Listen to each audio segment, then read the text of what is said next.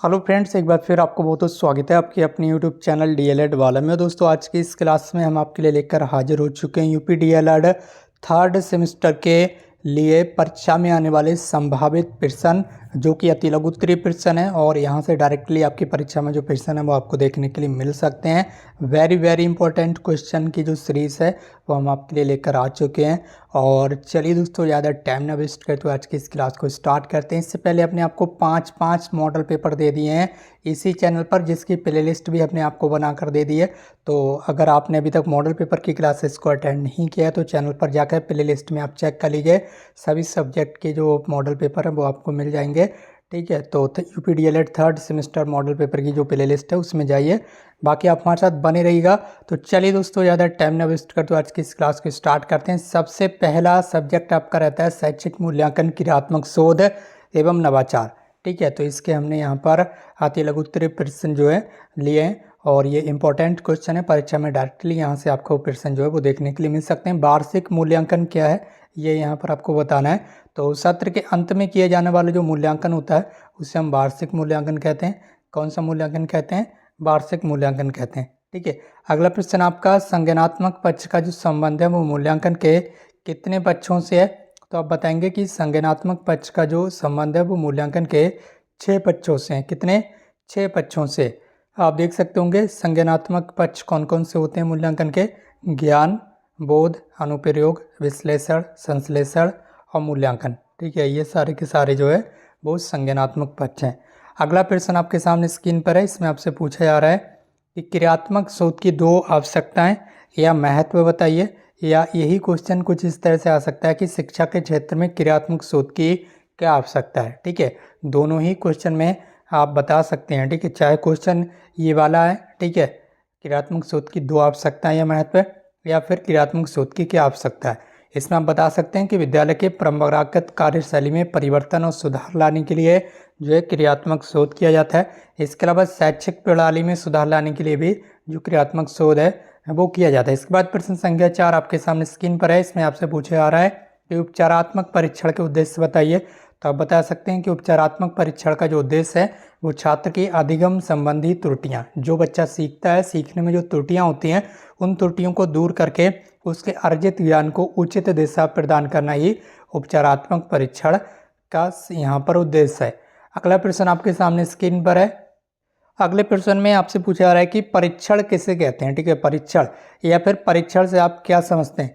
तो वह प्रक्रिया, आंसर देखिएगा आप यहाँ पर, वह प्रक्रिया जिससे प्रशिक्षक प्रश्नों के द्वारा अपने प्रशिक्षु के अधिगम की जांच करता है, परीक्षण कहलाता है। ठीक है, कोई शिक्षक या प्रशिक्षक जिसे हम बोलते हैं वह अपने स्टूडेंट्स यानी कि प्रशिक्षु की अधिगम की जांच करता है किन्हीं प्रश्नों के द्वारा, तो उसी को हम क्या कहते हैं?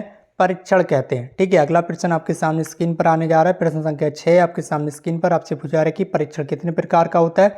तो आप बताएंगे निबंधात्मक परीक्षण और वस्तुनिष्ठ परीक्षण। परीक्षण 2 प्रकार का होता है, निबंधात्मक परीक्षण और वस्तुनिष्ठ परीक्षण। इसी के साथ अगला प्रश्न आपके सामने स्क्रीन पर है, जिसमें आपसे पूछा जा रहा है कि मूल्यांकन के 2 प्रमुख पक्षों का उल्लेख कीजिए। तो मूल्यांकन के 2 प्रमुख पक्ष हैं, ज्ञानात्मक पक्ष और भावात्मक पक्ष। ठीक है, मूल्यांकन के 2 प्रमुख पक्ष आप बता सकते हैं, ज्ञानात्मक पक्ष, भावात्मक पक्ष, या फिर आप बता सकते हैं संज्ञानात्मक पक्ष। यहाँ पर 2 पूछा गया तो आप कोई भी 2 बता सकते हैं, ये आपके ऊपर डिपेंड करता है। अगला प्रश्न आपके सामने स्क्रीन पर है। प्रश्न संख्या 8, व्यापक मूल्यांकन की आवश्यकता क्यों है? ठीक है, तो छात्र के अधिगम को प्रभावित करने वाले प्रत्येक कारक के मूल्यांकन हेतु ही व्यापक मूल्यांकन आवश्यक है। इसके बाद प्रश्न संख्या 9 आपके सामने स्क्रीन पर है। ये सारे क्वेश्चन आपकी परीक्षाओं के लिए बहुत ज़्यादा इंपॉर्टेंट है, इसलिए आप इस क्लास को एंड तक कंप्लीट देख लीजिए। परीक्षाओं तक लगातार आपको इसी तरह की इंपॉर्टेंट सीरीज लगातार दी जाएंगी। प्रश्नों की वैधता क्या है, वैलिडिटी क्या है? तो वैधता का अर्थ है वह कार्यकुशलता। वैधता का क्या अर्थ है? वह कार्यकुशलता जिससे कोई परीक्षण उस तथ्य का मापन करता है जिसके लिए वह बनाया गया है, उसी को हम वैधता कहते हैं। ठीक है, इसके बाद प्रश्न संख्या 10 है, अच्छे परीक्षण में यथार्थता, जो अच्छा परीक्षण है उसमें यथार्थता यानी कि वैधता का क्या अभिप्राय है? तो आप बताएंगे कि अच्छे परीक्षण में वैधता से तात्पर्य है कि परीक्षण कितनी सत्यता से किसी का मापन करता है, जिस मापन के उद्देश्य हेतु उसे तैयार किया गया है। इसके बाद प्रश्न संख्या 11 आपके सामने स्क्रीन पर है और इसमें आपसे पूछा जा रहा है कि प्रश्न करने का प्रमुख उद्देश्य क्या है। ठीक है, तो प्रश्न करने का जो प्रमुख उद्देश्य है वो बालक के ज्ञान के स्तर का पता लगाना है। आप किसी से बालक से प्रश्न पूछते हैं कि शिक्षक के तौर पर, तो उसका यहाँ पर क्या उद्देश्य है, उसका उद्देश्य है कि बालक ने क्या ज्ञान अर्जित किया उसका पता लगाना है। इससे क्या होता है, बालक जो है वो परिस्थिति के अनुसार शब्दों का प्रयोग करना सीख जाता है। जिस तरह की परिस्थिति जो उसके सामने आती हैं उसके अकॉर्डिंग वो आंसर देता है, और इससे यहाँ पर से टीचर यानी कि शिक्षक को भी पता लगता है कि बालक ने कितना सीखा है और क्या सीखा है।